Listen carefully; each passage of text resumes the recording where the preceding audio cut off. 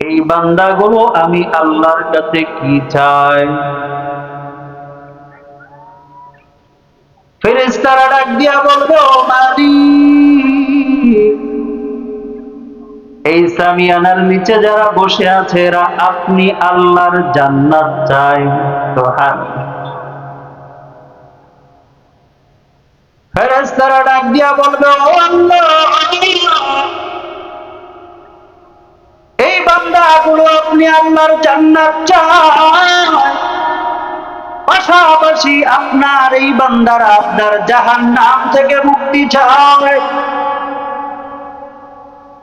এবার আল্লাহ রাব্বুল আলামিন ডাক দিয়া বলবেন, ও ফেরেশতারা, আমার এই বান্দারা জান্নাত দেখছেন, জাহান্নাম দেখছেন।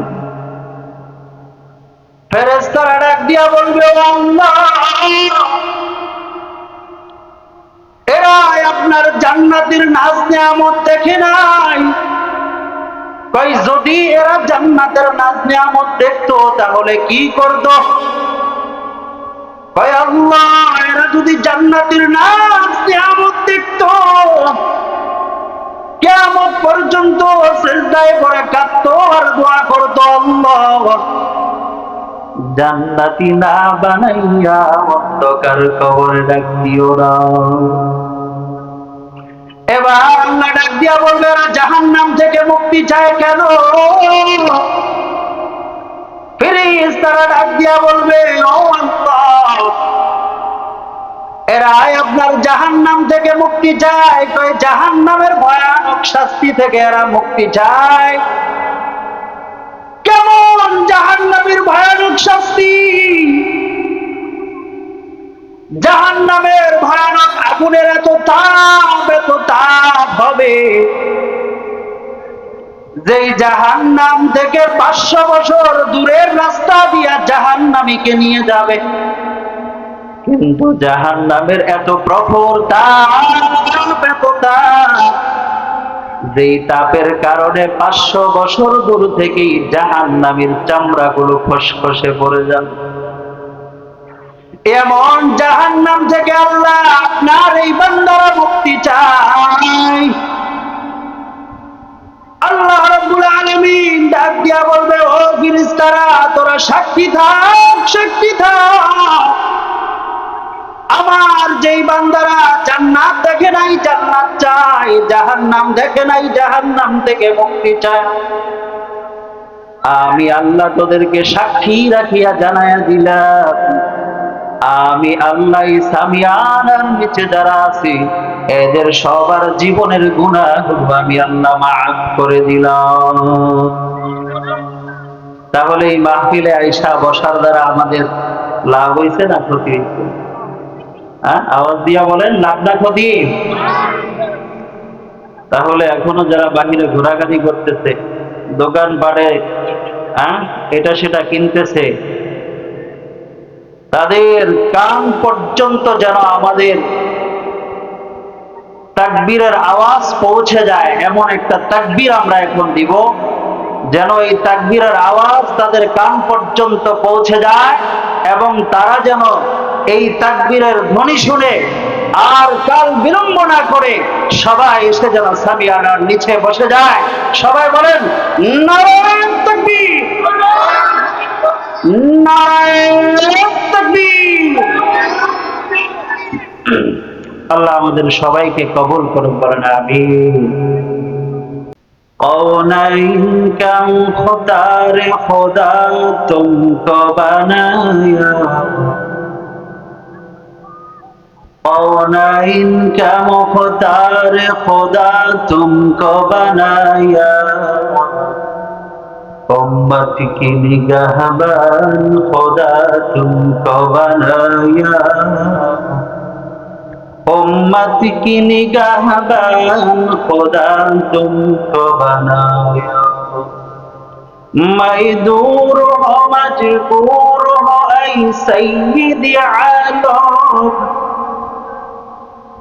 मैं दूर हो मजबूर हो ऐ सैयद आलम, दीदार दिखा दे आवाज सुना दो, दीदार दिखा दे आवाज सुना दो। मैं सूरत यूसुफ को नहीं चाहने वाला,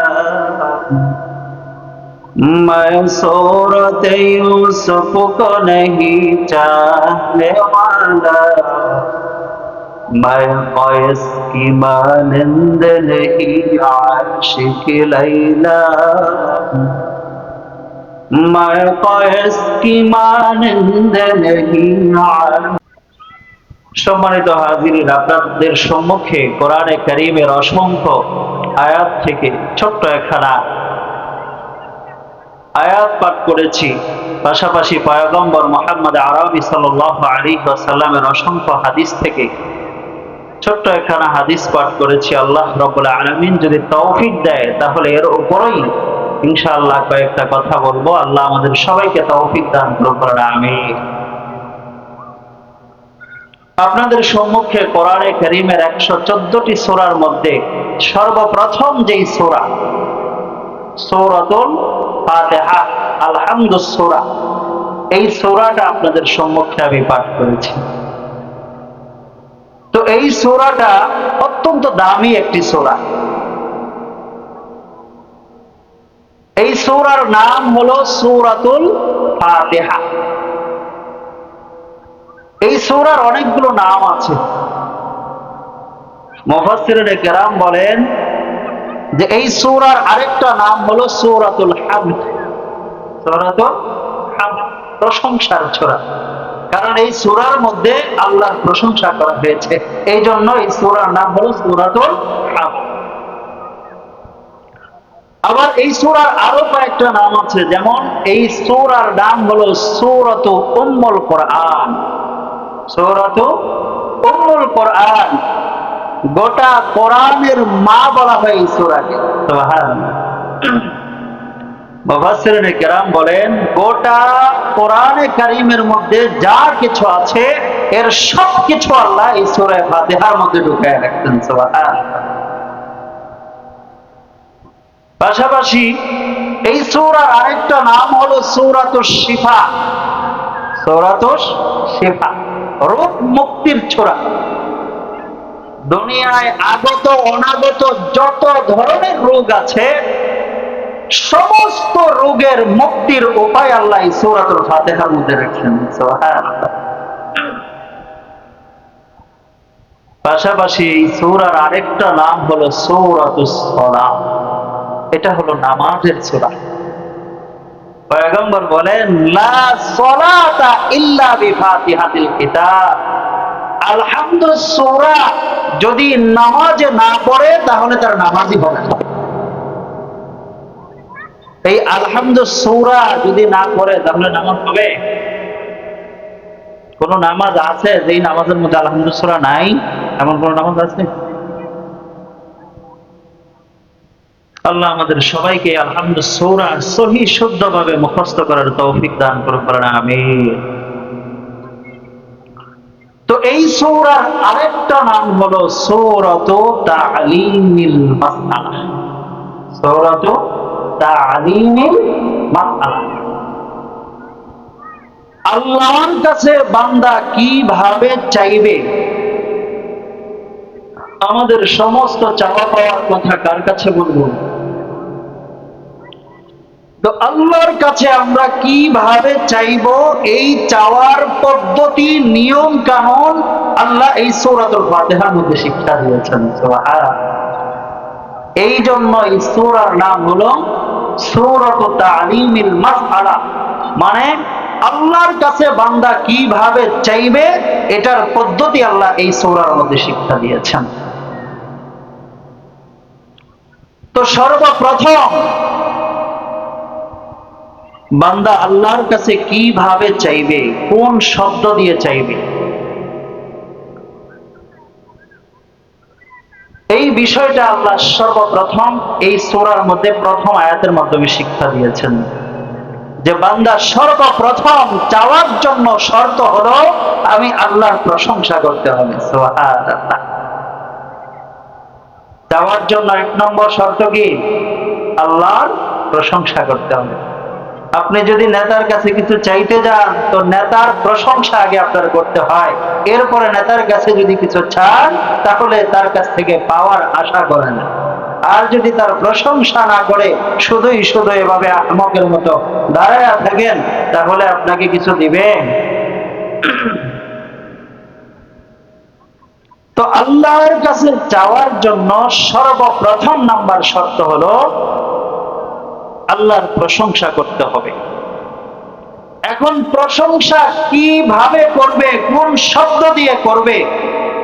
এখন বউয়ের প্রশংসা এমন ভাবেই করতেছে, করতে করতে এক পর্যায়ে বউকে মা বলে বলছে।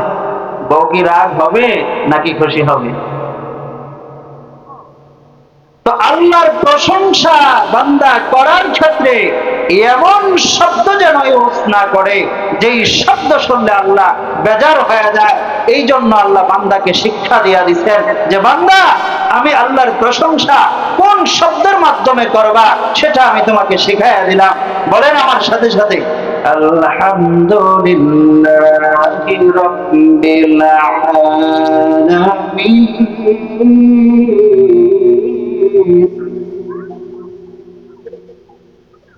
সমস্ত প্রশংসা হবে কার? আওয়াজ দিয়া বলেন, সমস্ত প্রশংসা হবে কার? তিনি এমন আল্লাহ যিনি গোটা বিশ্ব জাহানের প্রতিপালক। ওই আল্লাহর প্রশংসা সদা সর্বদা মুমিনের জন্য করতে হবে কি হবে না? সুখে থাকো, দুঃখে থাকো, বিপদে পড়ো, আপদে পড়ো, প্রশংসা হবে কার? আওয়াজ দিয়া বলেন আল্লাহর নাম, প্রশংসা হবে কার? সমস্ত প্রশংসা যদি আল্লাহর হয় তাহলে একটা প্রশ্ন আসে, শিল্পীর কণ্ঠ যদি ভালো হয় শিল্পীর প্রশংসা করা হয়, রাঁধুনির রান্না যদি ভালো হয় রাঁধুনির প্রশংসা করা হয়, আম কাঁঠালের মিষ্টতা যদি ভালো হয় আম কাঁঠালের প্রশংসা করা হয়, তাফসীর যদি বুঝে আসে কোনো প্রশ্ন থাকবে না। সমস্ত প্রশংসা যদি আল্লাহর হয় তাহলে এখানে রাঁধুনির প্রশংসা করলো কেন, আম কাঁঠালের প্রশংসা করলো কেন, শিল্পীর প্রশংসা করলো কেন? এরে নবীর উম্মতির দল, যেই শিল্পীর কণ্ঠ সুন্দর, এই সুন্দর কণ্ঠ দান করেছেন কে? যেই রাঁধুনির হাতের রান্না এত মজা, ওই রাঁধুনির রান্নাগত কৌশলের যোগ্যতা দিয়েছেন কে? আম কাঁঠালের এত মিষ্টতা, এই মিষ্টি দান করেছেন কি? যদি সব কিছুই আমার আল্লাহ দিয়ে থাকেন তাহলে মুসলমান প্রশংসাটা এইভাবে করবা, ওরে শিল্পী তোমার কণ্ঠে আল্লাহ কত সুন্দর সুর দিয়েছেন, ওরে আম কাঁঠাল তোমার ভিতরে আল্লাহ এত সুন্দর মজা দান করেছেন, ওরে রাঁধুনি তোমার হাতের মধ্যে আল্লাহ কত রান্নাগত কৌশল দান করেছেন। এইভাবে যখন প্রশংসা করবা তখন প্রশংসা ব্যক্তি কেন্দ্রিক, বস্তু কেন্দ্রিক থাকবে না, বরং সমস্ত প্রশংসা আল্লাহর প্রশংসার ঝুলিতে গিয়ে জমা হবে। ঠিক না ঠিক? ব্যক্তিও পেয়ে যাবে, বস্তুও পেয়ে যাবে, মাগার ক্রেডিট চলে যাবে কোথায়? আল্লাহর দিকে। ফসল যদি ভালো হয় প্রশংসা হবে কার? ফসল যদি খারাপ হয় প্রশংসা হবে কার? কিন্তু আজকে আমাদের অবস্থা উল্টে গেছে। ফসল যদি ভালো হয় প্রশংসার ক্রেডিট আসে নিজের দিকে। দেখতে হবে না কেডা ফসলটা করছে? আমি করছি, বলে কি বলে না? ফসলটা ফলাইছি আমি, কিন্তু যদি ফসল খারাপ হয়ে যায় তখন সমস্ত দোষ দেয় কার দিকে? আল্লাহর দিকে। আল্লাহ পারলো আমার এই গজবটা দিতে, হ্যাঁ? আল্লাহ পারলো আমার এই গজবটা দিতে, আর এই যে আশপাশে কত মানুষ এদেরকে আল্লাহ দেখে নাই? বলে কি বলে না? হ্যাঁ? ফসল যদি খারাপ হয় ভালো হয় সমস্ত অবস্থায় প্রশংসা হবে কার? আল্লাহর এক বান্দি আবিদা সালিহা জাহিদা এক নারী, আল্লাহ তাকে প্রসব পরীক্ষা করার জন্য তার ঘর বাড়ি ঝড়ের মাধ্যমে বাতাসের মাধ্যমে সব উড়ায় নিয়ে গেছেন, শুধু একটা ঘর তার রয়েছে। ওই ঘরের মধ্যে সে বসবাস করে, আল্লাহর প্রশংসা করে, স্বামী সন্তান স্ত্রী কিচ্ছু নাই। হঠাৎ একদিন তার কাছে আয়েশা বলতেছে, ও আম্মা জান, পাশেই তোমার একটা জমিন রয়েছে, ওই জমিনের মধ্যে ভালো ফসল হয়েছে। এই সংবাদটা শোনার পরে আল্লাহর বান্দি আল্লাহর নিয়ামত দেখার জন্য রাস্তায় রওনা হয়ে গেছে। ওই জমিনের কাছে যাওয়ার পর চায় দেখে অল্প জমিন কিন্তু বেশি ফসল হয়ে গেছে। জমিন কম ফসল বেশি, এটার নাম কি? বরকত। এটার নাম কি? বরকত। জমিন কম কিন্তু ফসল অনেক, এটা আল্লাহ বরকত দিয়েছে। যখন আল্লাহর বান্দি তাকায় দেখে জমিন কম ফসল বেশি, এটা দেখার পরে আল্লাহর বান্দি আল্লাহর প্রশংসায় পঞ্চমুখ হয়ে গেছে, আল্লাহর প্রশংসায় হামদ সানার গান গায়। আলহামদুলিমান কদ্দারা খায়রু ওয়া খাবালা,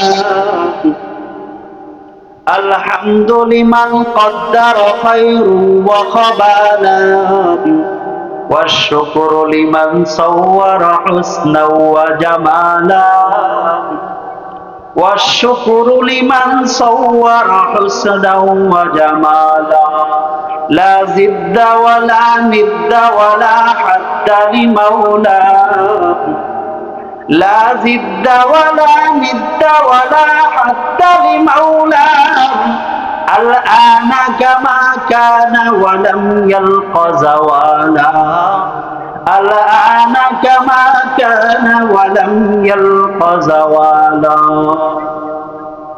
আল্লাহর বান্দি যখন অল্প জমিনে বেশি ফসল দেখার পরে আল্লাহর প্রশংসায় পঞ্চমুখ হয়ে গেল। এমন সময় আসমান থেকে একটা আগুনের বাতাস আসিয়া গোটা ফসলগুলো পুড়িয়া ভস্ম হয়ে গেছে।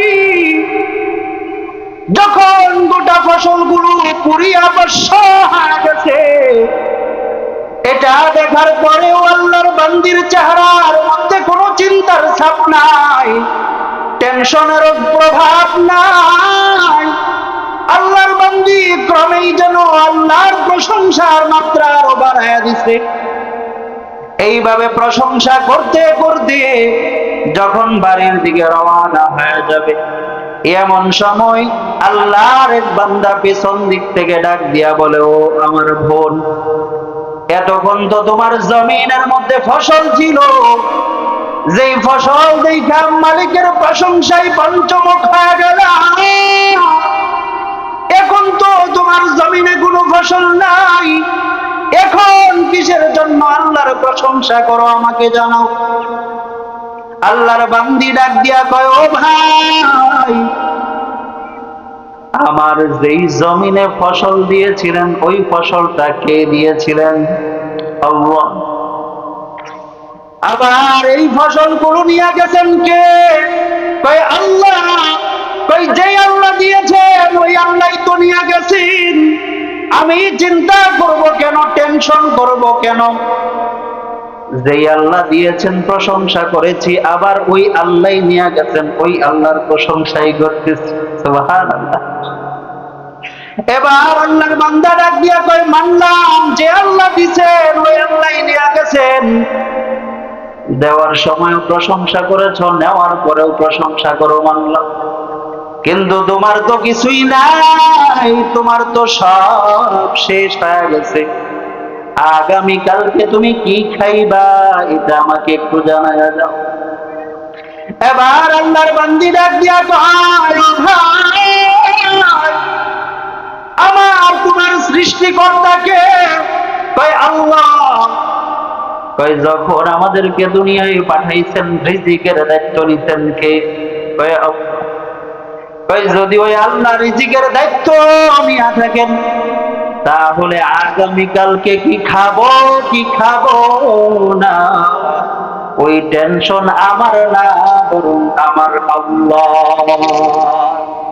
আউলিয়ার কারে উকুবা ইখতিয়ার, জাহেলারা কারে দুনিয়া ইখতিয়ার, আশিকার মিল্লাত মযহব জুদাস, আশিকার মিল্লাত মযহব খোদা। সমস্ত প্রশংসা হবে কার? আর যদি ডাক দিয়া বলেন বিপদে আপদে প্রশংসা হবে কার? সুখে থাকো দুঃখে থাকো, ভালো থাকো মন্দ থাকো, তুমি যদি সর্বাবস্থায় আল্লাহর প্রশংসা করো তাহলে তুমি হবে আল্লাহর খালেস বান্দা। আর যদি আল্লাহর প্রশংসা না করো তাহলে তুমি মনে করবা এখনো পর্যন্ত খালেস বান্দা হতে পারো নাই। ঠিক না বেঠিক? তাহলে আল্লাহর কাছে চাওয়ার জন্য প্রথম নাম্বার শর্ত কি? আল্লাহর প্রশংসা করতে হবে। কোন শব্দ দিয়ে প্রশংসা করব? আলহামদুলিল্লাহি রাব্বিল আলামিন। হামদে বেহদ মরখদাই পাকের আগে ইমাদাদে মশতে খাকের আগে দরআ দমদমি দোনহের দাদে আজ তোফান জাতু নোহের। এবার যখন বান্দা আল্লাহর প্রশংসা করলো, দ্বিতীয় নাম্বার আল্লাহর কাছে চাওয়ার জন্য শর্ত হলো আল্লাহর গুণগান গাইতে হবে। আল্লাহর গুণগান গাইতে হবে। প্রথমে প্রশংসা করা, দ্বিতীয় নাম্বার হলো আল্লাহর কাছে চাওয়ার জন্য আল্লাহর গুণগান গাইতে হবে। এখন গুণগান কোন শব্দ দিয়ে গাইব? হয়তো বান্দা ভুল করে ফেলতে পারে আল্লাহর গুণগান গাওয়ার ক্ষেত্রে। তো এজন্য আল্লাহ রাব্বুল আলামিন আমাদেরকে শিখাইয়া দিয়েছেন, ও বান্দা আমি আল্লাহর গুণগান এই শব্দের মাধ্যমে করবা। কই কোন শব্দ? আল্লাহ জানাইয়া দিলেন, আর রহমানির রহিম।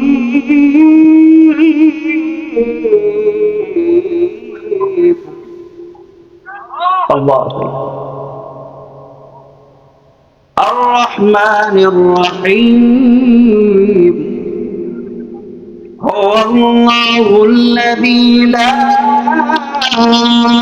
إله إلا هو عالم الغيب والشهادة هو الرحمن الرحيم.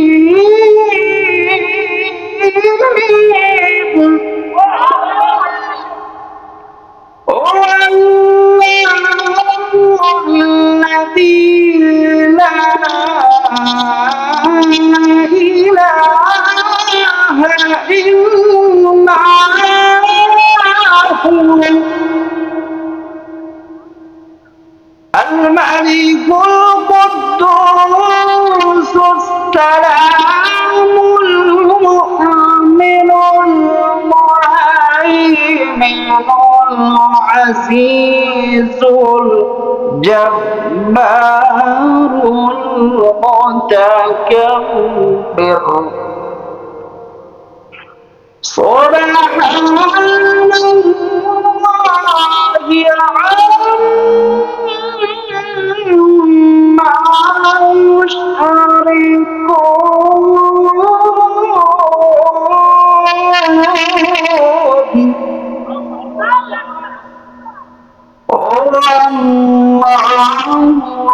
الخالق البارئ المصور له الأسماء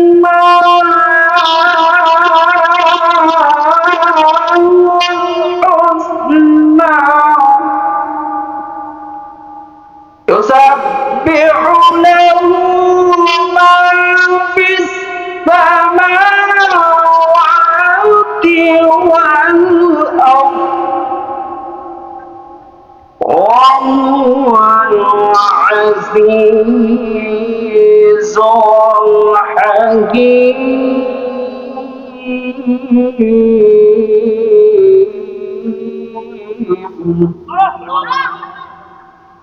अल्लाह अल्लाह तो मेरा रहमान है अल्लाह अल्लाह तो मेरा रहीम है अल्लाह अल्लाह तो मेरा गफ्फार है अल्लाह अल्लाह तो मेरा सत्तार है गुणगान करते হবে কার আজকে তুমি নেতার গুণগান করলা উস্তাদ পড়ায় উস্তাদের গুণগান করলা দুনিয়ার সবার গুণগান করলা কিন্তু আল্লাহর গুণগান করলা না তাহলে মনে রাখবা এখন পর্যন্ত তুমি আল্লাহর খালেস বান্দাই হতে পারো না ঠিক আছে গুণগান করতে হবে কার যে আয়াতগুলো পাঠ করলাম এই আয়াতগুলোর মাঝখানে আল্লাহ আল্লাহর গুণগান করেছে আল্লাহর গুণগান কিভাবে করতে হয় সেটা শিক্ষা দিয়েছেন আল্লাহ রাব্বুল আলামিন এই আয়াতের মধ্যে আর রহমানির রহিম দুইটা দয়ার কথা বলেছেন এক নাম্বার রহমান আর একটা হলো রহিম দুইটা শব্দের অর্থ কি দয়া দুইটা শব্দের অর্থ কি দয়া দুইটা দয়ার শব্দ আল্লাহ এক আয়াতের মধ্যে কেন এনেছেন মুফাসসিরিনে কিরাম বলেন একটা দয়া আল্লাহ দুনিয়ার মাঝে সাধারণ দয়া রেখেছেন সাধারণ দয়া দিয়েছেন আর একটা দয়া আল্লাহ রেখে দিয়েছেন পরকালের জন্য দুনিয়ার মাঝে যেই সাধারণ দয়া আল্লাহ দিয়েছেন এই দয়া পাওয়ার কারণে এই দয়া থাকার কারণে বেঈমানেরা আল্লাহর নিয়ামতগুলো বক্ষণ করে কোনো ধরনের কোনো পাকড়াও করা হয় না যদি আল্লাহর এই সাধারণ দয়া দুনিয়ার মাঝে না থাকতো তাহলে কোন গুনাহগার আল্লাহর এক ফোঁটা পানিও পান করার সাহস এই জমিনে পেত না এই দয়া পাওয়ার কারণে এই দয়া থাকার কারণে সুদখোরেরা মসজিদে গিয়ে প্রথম কাতারে গিয়ে এমন ভাব দেখায় ইমামের সাথে মনে হয় সেই বড় ইমাম ঠিক না ঠিক এই সাধারণ দয়া থাকার কারণেই সারা মাস রোজা রাখে নাই কিন্তু ঈদগাহের মাঠে গিয়া এমন মৌলবীর ভাগ ধরে মনে হয় সে 30টা না 60টা রোজা রেখা ঈদের মাঠে আসছে ঠিক না ঠিক আবার কুলাকুলি যখন করবো মনে হয় রোজাদারের হাড্ডি কুটি ফাড়ে আছে না নাই দয়া কার এই সাধারণ দয়াটা রাখছেন বিদায় আজকে গান বাদ্য বাজনায় মত্ত হয়ে গেছ আল্লাহ তোমাকে পাকড়াও করে না দয়া কার সাধারণ দয়া এই দয়া থাকার কারণে বেঈমান ইমানদারেরা এই নদীর মাঝখানে এই সাধারণ দয়া থাকার কারণেও বেঈমানেরাও সেই নদীর মাঝখানে আল্লাহ পাকড়াও করে না এই সাধারণ দয়া থাকার কারণে বেঈমানেরা সেই নিয়ামত ভক্ষণ করে ইমানদারেরাও সেই নিয়ামত গুলোই ভক্ষণ করে আল্লাহ বেঈমানদেরকে কিছু বলে না আল্লাহ গার ধরে বের করে দেয় না কারণ দয়া আল্লাহ তাআলা দুনিয়ার মধ্যে একটা সাধারণ দয়া রাখছেন, এই দয়ার কারণে আল্লাহ এর থেকে বের করেন। কাল কিয়ামতের ময়দানে যখন নেককাররা দাঁড়ায় থাকবে, ওই নেককারদের সাথে এই গুনাহগাররাও দাঁড়ায় থাকবে, তখন আল্লাহ হুঙ্কার দিয়া বলবেন, ওয়ামতাজুল ইয়াউমা আইয়ুহাল মুজরিমুন।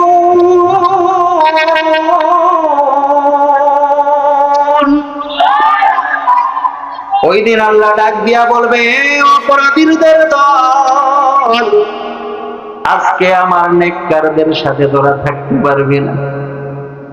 দুনিয়ার জমিনে ইমানদারদের সাথে চলছস, যত বরজ গুনাহ করছস, কিছুই বলি নাই। কিন্তু আজকে কিয়ামতের দিন আমার নেককার বান্দাদের সাথে তোদের কোনো জায়গা নাই, তোরা আলাদা হয়ে যা, পৃথক হয়ে যা। এই হুঙ্কার যখন দিবেন, এই জাহান্নামীরা, অপরাধীরা নেককারদের থেকে আলাদা হইতে চাইবে না। কারণ এই অপরাধীরা সেই দিন বুঝতে পারবে, আজকে যদি নেককারদের থেকে আলাদা হয়ে যায় তাহলে জাহান্নামে যাওয়া ছাড়া কোনো উপায় নেই। যখন আলাদা হইতে চাইবে না, আল্লাহ ফেরেশতাদেরকে নির্দেশ দিবে, এদেরকে আলাদা করে দাও। আল্লাহর নির্দেশ পাওয়ার পরে এমন ভাবে অপরাধীদেরকে আলাদা করে দিবি,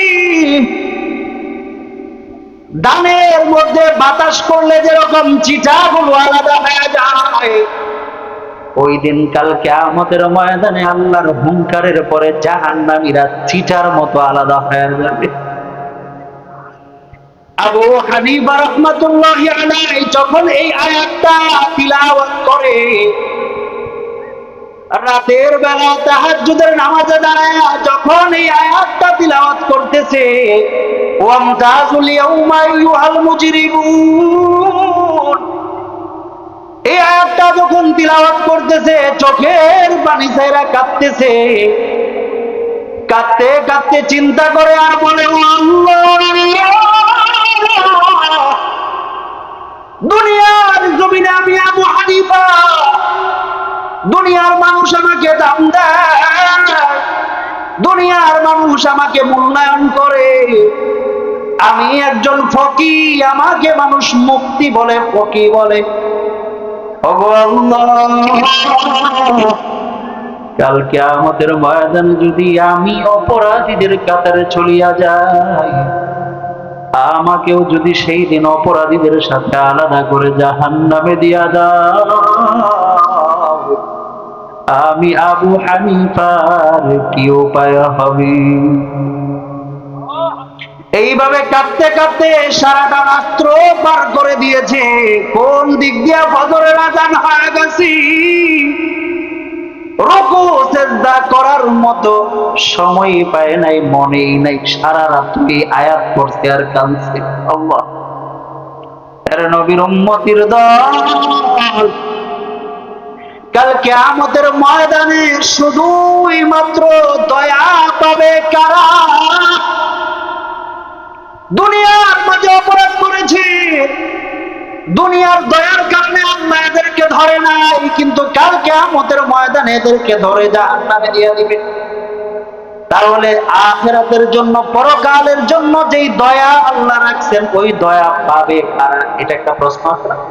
কারা পাবে? একটা জিনিস মাথায় রাখবেন, কাল কিয়ামতের ময়দানে আল্লাহর দয়া ছাড়া শুধু ইবাদতের মাধ্যমে কেউ জান্নাতে যেতে পারবে না। ইবাদতের মাধ্যমে জান্নাতে চলে যাবে, আল্লাহর দয়া ছাড়া এরকম একটা প্রাণীও সেদিন থাকবে না। তাহলে আল্লাহর দয়া কাল কিয়ামতের ময়দানে কারা পাবে?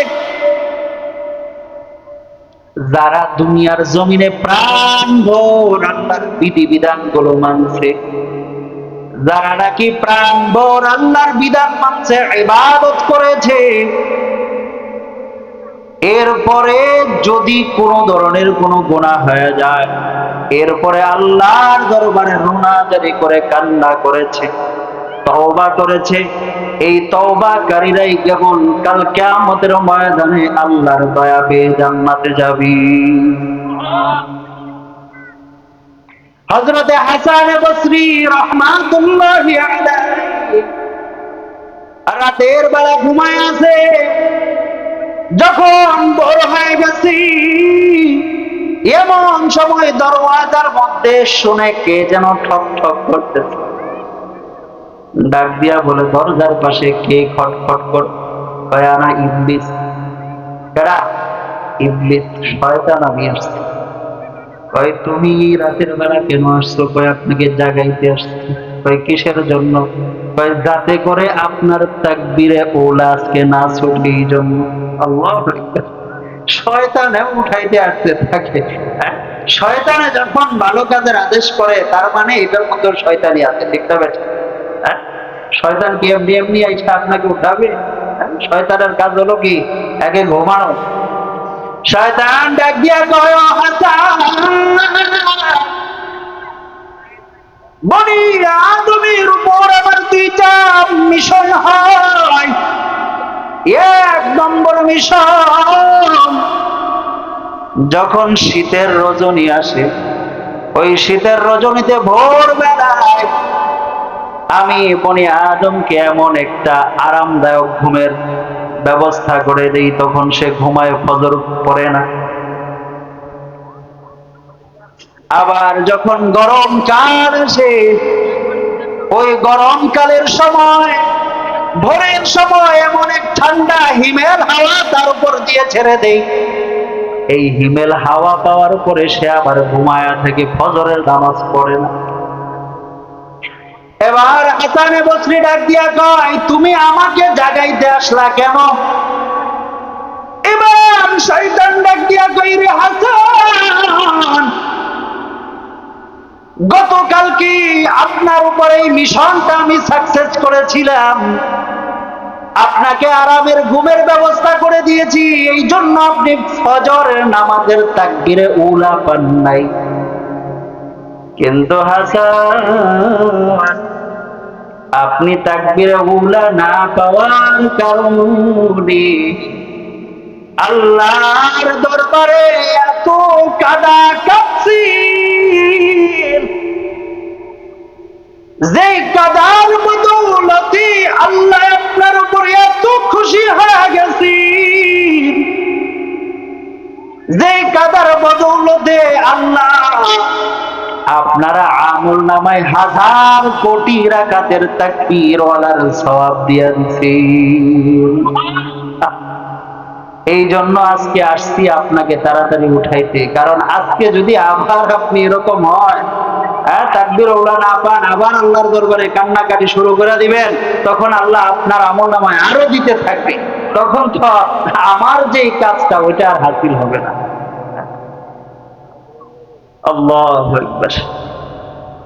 এইভাবে যারা দুনিয়াতে প্রাণ ভর আল্লাহর ইবাদত করে, ইবাদত করার পরে যদি কোনো গুনাহ হয়ে যায়, তো এই গুনার জন্য, অপরাধের জন্য আল্লাহর কাছে এতটাই কান্না করে, এতটাই তওবা করে, এই তওবা এবং এই কান্না করে যারা, তাদেরকে আল্লাহ কাল কিয়ামতের ময়দানে দয়ার নজরে মাফ করে জান্নাত দিয়ে দিবেন। সুবহানাল্লাহ।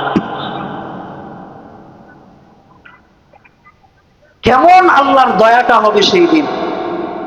কিয়ামতের ময়দানে আল্লাহর কয়েকটা রূপ প্রকাশ পাবে।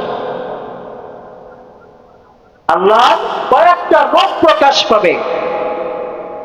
কোন সময় আল্লাহ রূপ থাকবে খুবই কড়া রূপ, তাহারিয়াতের রূপ, সত্য রূপ। ওই রূপের সময়ে শুধু খালি জাহান্নামে দিবে। আবার কোন সময় আল্লাহর রূপ আসবে দয়া। সুবহানাল্লাহ।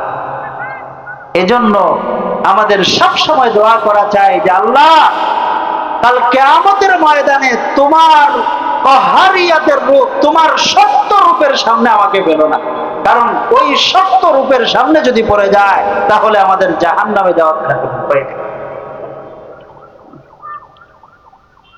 তো এই জন্য ভাইয়েরা আমার, আমাদের প্রধান বক্তা চলে এসেছেন, সবাই বলেন নারায়ে তাকবীর। প্রধান বক্তার আগমন, বলেন প্রধান বক্তার আগমন। আজও কি ছাড়া বড়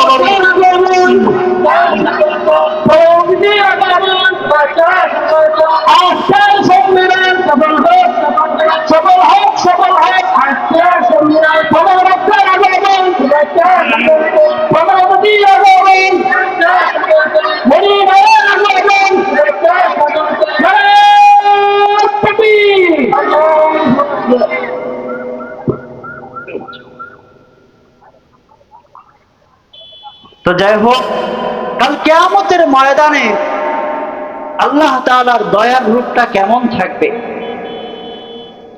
পয়গম্বর হাদিসের ভাষায় একটা ছোট্ট ঘটনা আনছেন। এই ঘটনার মাধ্যমে বোঝা যায় যে আল্লাহর দয়ার রূপটা কেমন থাকবে। এক আল্লাহর বান্দার জাহান্নামের ফয়সালা হয়ে যাবে। জাহান্নামের ফয়সালা হওয়ার পরে যখন সে জাহান্নামের দিকে রওনা হবে, পয়গম্বর বলেন যখন এই বান্দা জাহান্নামের কাছাকাছি চলে যাবে, কাছাকাছি যাওয়ার পরে যখন এই বান্দা জাহান্নামের ভিতরে একটা পা দিবে আর একটা পা বাহিরে রাখবে, এমন সময় আবার পিছনের দিকে আল্লাহর কুরসির দিকে একটু ফিরে তাকাই। আল্লাহর কুরসির দিকে তাকানোর পর আল্লাহ তাআলা জিজ্ঞাসা করবে, বান্দা তোর তো জাহান্নামের ফয়সালা হয়ে গেছে, তুই আবার পিছনের দিকে ফিরা কেন তাকাস? ওই জাহান্নামের আসামি বান্দা ডাক দিয়া বলবে, ও মালিক, সামান্য একটা নেক আমলের কারণে আজকে আমি জাহান্নামী হয়ে গেছি। আল্লাহ বলবে, মাত্র একটা নেক আমল? একটা নেক আমলের কারণে তুই জাহান্নামে যাচ্ছিস? হ্যাঁ আল্লাহ, একটা নেক আমল দরকার, একটা নেক আমল হলেই আমি জান্নাতে চলে যাব। আল্লাহ কয়, তাহলে তো একটা নেক আমল দরকার আর এটার জন্য তুই জাহান্নামে চলে যাবি, এটা কি হয়? আমরাও যখন যারা মাস্টার, যারা শিক্ষকতা করে, তারা এই বিষয়টা সুন্দরভাবে বুঝবে। যখন খাতা দেখে, যখন দেখে যে না এটা মাত্র একটা নাম্বারের কারণে পাস করবে, তখন কিন্তু শিক্ষক মন থেকে একটা নাম্বার দিয়া দেয়, যা দিয়া দিলাম, তোরা পাস করাই দিলাম। আপনারা এরকম? তা আল্লাহ বলবে, একটা আমলের কারণে তুই জাহান্নামে যাবি, এটা তো হতে পারে না। যা, প্রথমে তোর বাবার কাছে যা, তোর বাবার কাছে যায় দেখ একটা নেক আমল পাওয়া যায় কিনা। ওই জাহান্নামের আসামি বান্দা ডাক দিয়া বলবে, ও আল্লাহ, আমি আমার বাবার কাছে গিয়েছিলাম, ও আল্লাহ, আমি আমার বাবার কাছে গিয়েছিলাম একটা নেক আমলের জন্য, কিন্তু বাবার কাছে যায় যখন বললাম, বাবা আমাকে ডাক দিয়া বলে, দুনিয়ার জমিনে আমার কোনো সন্তানই ছিল না। আল্লাহ আয়াতের মধ্যে বলেন, ইয়াউমা ইয়াফিরুল মারউ মিন আখিহি,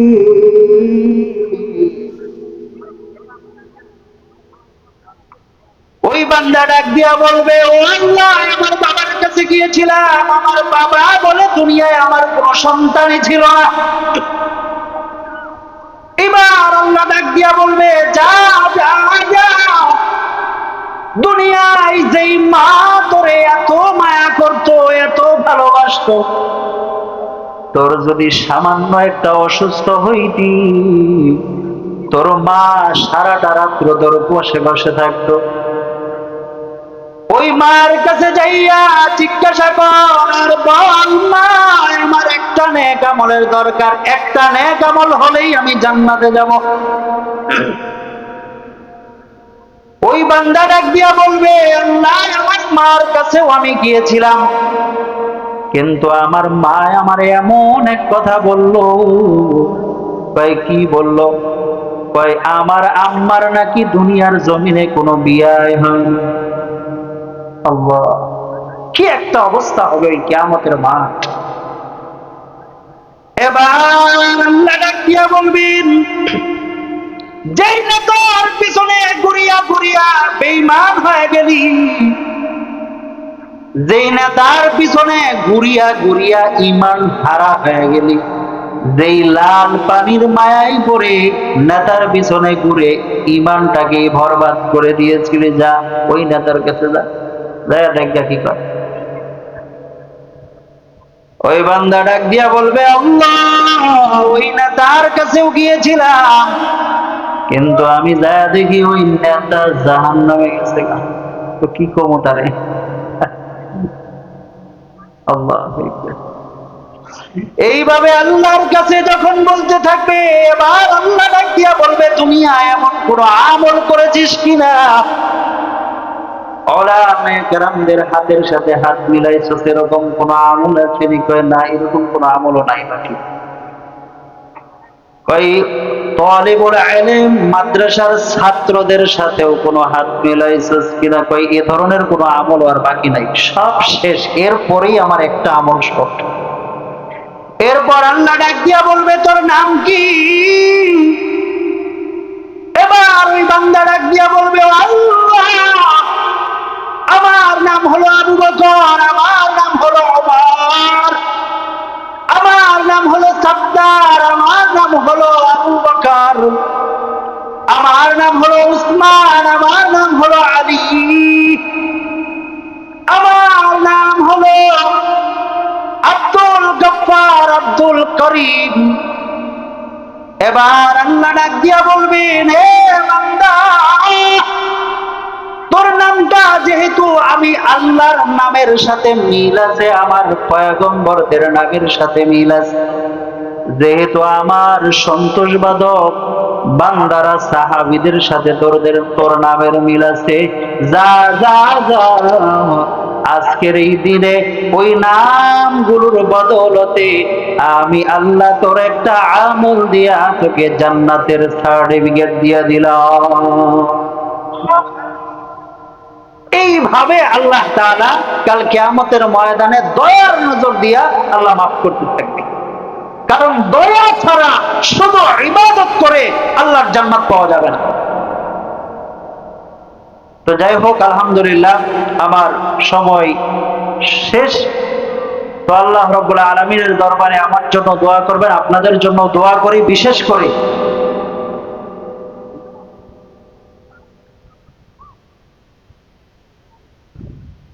যাই হোক, আমাদের প্রধান বক্তা আসতে হয়তো একটু ইয়া হবে। আলোচনা আপনাদের আলহামদুলিল্লাহ ভালো লাগতেছে তো? হ্যাঁ,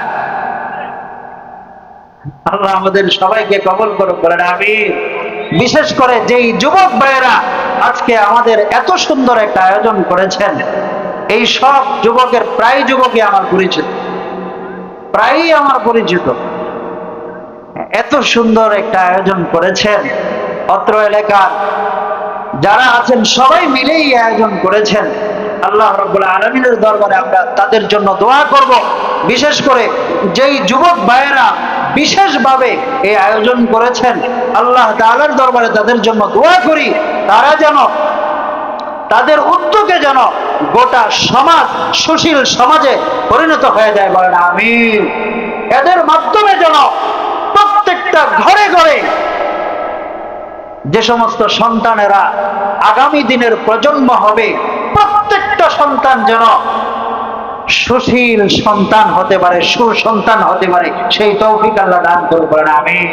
কারণ এই যুবকরা যা করবে ছোটরা তাই শিখবে, ঠিক না ঠিক? এই যুবকরা যা করবে ছোটরা তাই শিখবে। এই যুবকরা আজকে মাহফিল করছে, এই যুবকরা আজকে কোরআনের আয়োজন করেছে, ছোট যারা দেখতেছে তারাও বড় হয়ে বলবে, আমার ভাইয়েরা এখানে মাহফিল করেছিল, কোরআন হাদিসের বয়ানের উদ্যোগ নিয়েছিল এবং আয়োজন করেছিল, সুতরাং আমরাও করব, ঠিক না ঠিক? ওলাই কিন্তু খারাপ হয় অধিকাংশ বিষয়ই তার বাপের কাছ থেকে দেখি, ঠিক না ঠিক? বাপে যদি খারাপ হয় তাহলে পোলাও খারাপ হওয়ার আশঙ্কা করা যায়। আলহামদুলিল্লাহ গোবর পদ্ম ফুল ফোটে, ওটা যদি হয় তাহলে ভিন্ন। কিন্তু অধিকাংশ সন্তান তার বাবাকে আইডল মানে, আর এটাই মানতে হবে। এটাই আমাদের সমাজে যতক্ষণ মানতে পারবে না ততক্ষণ পর্যন্ত এই সন্তান মানুষই হতে পারে। এই জন্য প্রত্যেকটা বাবার এমন ভাবে চলা যেন আমার চলাচল দেখে আমার সন্তান আমার মতো একজন যোগ্য সন্তান, যোগ্য পিতা হতে পারে, এইভাবেই চলাচল করে। তো যাই হোক ভাইয়েরা আমার, যুবকদের জন্য দোয়া করি, আল্লাহ রাব্বুল আলামিন তাদেরকে তাদের হায়াতের মধ্যে বরকত দান করুক। পাশাপাশি যেই একটা আয়োজন করেছেন, এইভাবে যেন যতদিন তারা বেঁচে থাকবে এবং তাদের প্রজন্ম যারা আসবে সবাই যেন, প্রত্যেকেই যেন প্রতি বছরই এইভাবে যেন একটা একটা আয়োজন আমাদের সবাইকে উপহার দিতে পারে, সেই তৌফিক দান করবেন, আমিন। তো যাই হোক, সম্মানিত হাজিরিন, যেই আলোচনা চলতেছিল, কাল কিয়ামতের ময়দানে আল্লাহ রাব্বুল আলামিনের দয়া শুধু তারাই পাবে যারা দুনিয়াতে প্রাণভর ইবাদত করেছে। এই ইবাদত করার পরে যদি কোনো ধরনের কোনো একটা গুনাহ হয়ে যায়, তো ওই গুনার জন্য আবার তওবা করেছে, সারাটা রাত্র চোখের পানি ছেড়ে কাঁদতে কাঁদতে বেহুশ হয়ে গেছে, তো এই সমস্ত বান্দারাই কেবল কাল কিয়ামতের দিন আল্লাহর দয়া পাবে।